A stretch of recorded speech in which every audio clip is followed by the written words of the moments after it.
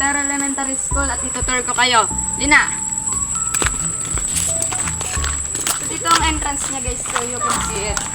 Then, dito yung mga parkingan ng e-bikes namin and pwede rin tambayan. Tapos dito yung daanan. Look. Tutur ko kayo sa every room guys.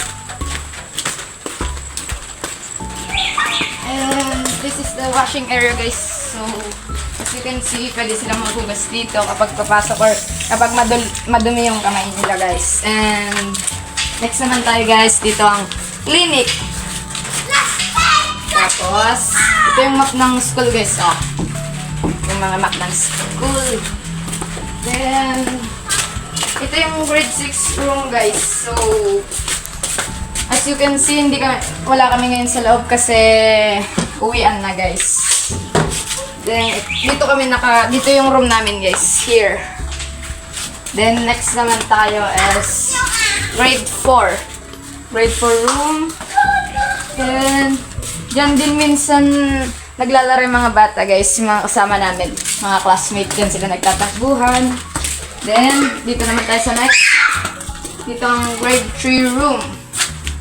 Here. Then, itong dalawang room na to is storage room guys. Then, you can see yung mga mukha guys. Kaya bilisan natin. Nandito yung mga instrument ng marching bands. There, so you can see.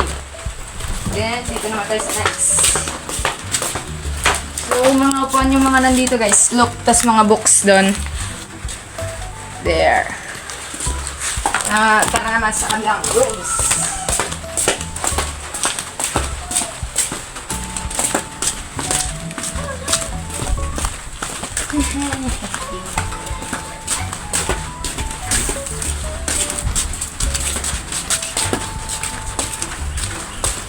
Yan guys, dito yung harap ng grade 3 room, grade 4, tas grade 6 doon. Then, dito yung library namin guys. Library namin. There. May mga computer doon guys, pero nasira na. Ito rin yung mga here yung mga daanan. Tapos pwedeng kumain dyan yung mga grade 1, grade 2. Yeah. And ito guys yung room ng grade 2. Here. Grade 2. Tapos grade 1. Then, punta tayo sa next. So, dyan guys yung principal's office. Dyan. Ito yung likod niya guys. Then, din kaya. You can see. Tapos, dito kami nagpa-plug ceremony. There. Dyan. Sapat na yan. Then, din na kaya.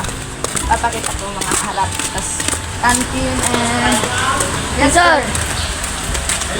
Then, ito yung guys. Ito yung harap ng Montero Elementary School. Tapos doon yung office. Tingnan natin guys.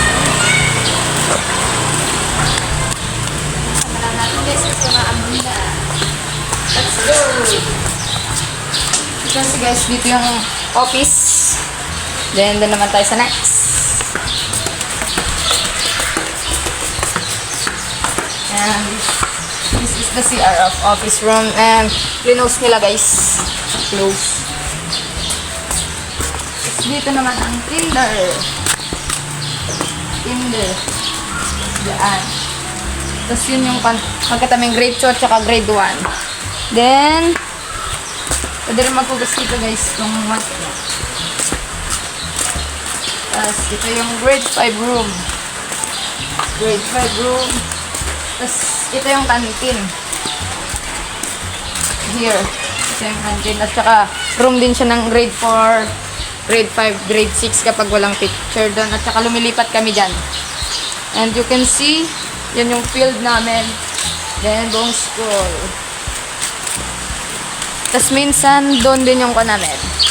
Yung pinagtatambayan namin, pinagkakainan namin.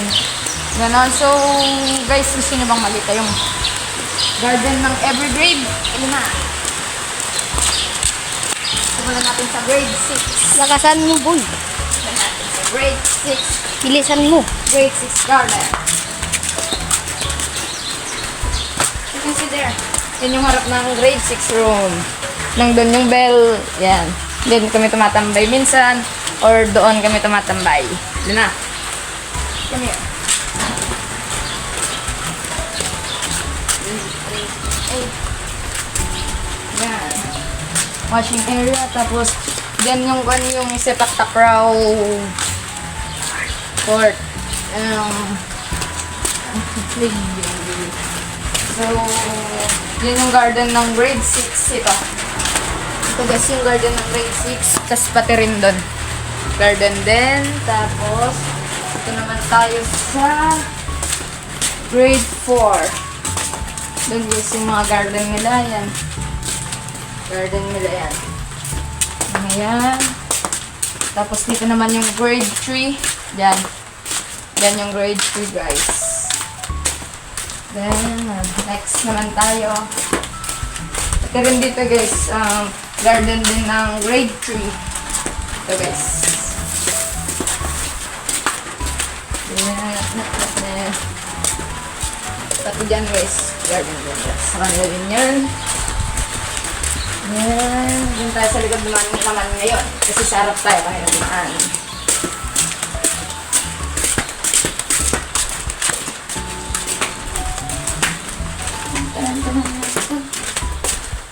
Here guys, yung ng mga grade 2 garden nila.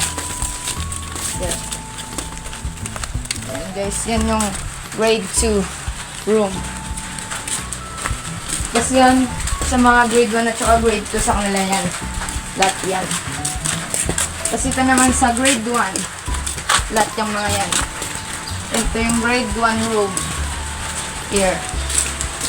Then, punta naman tayo sila. Kinder yung mga guys sa kanila. Ayan.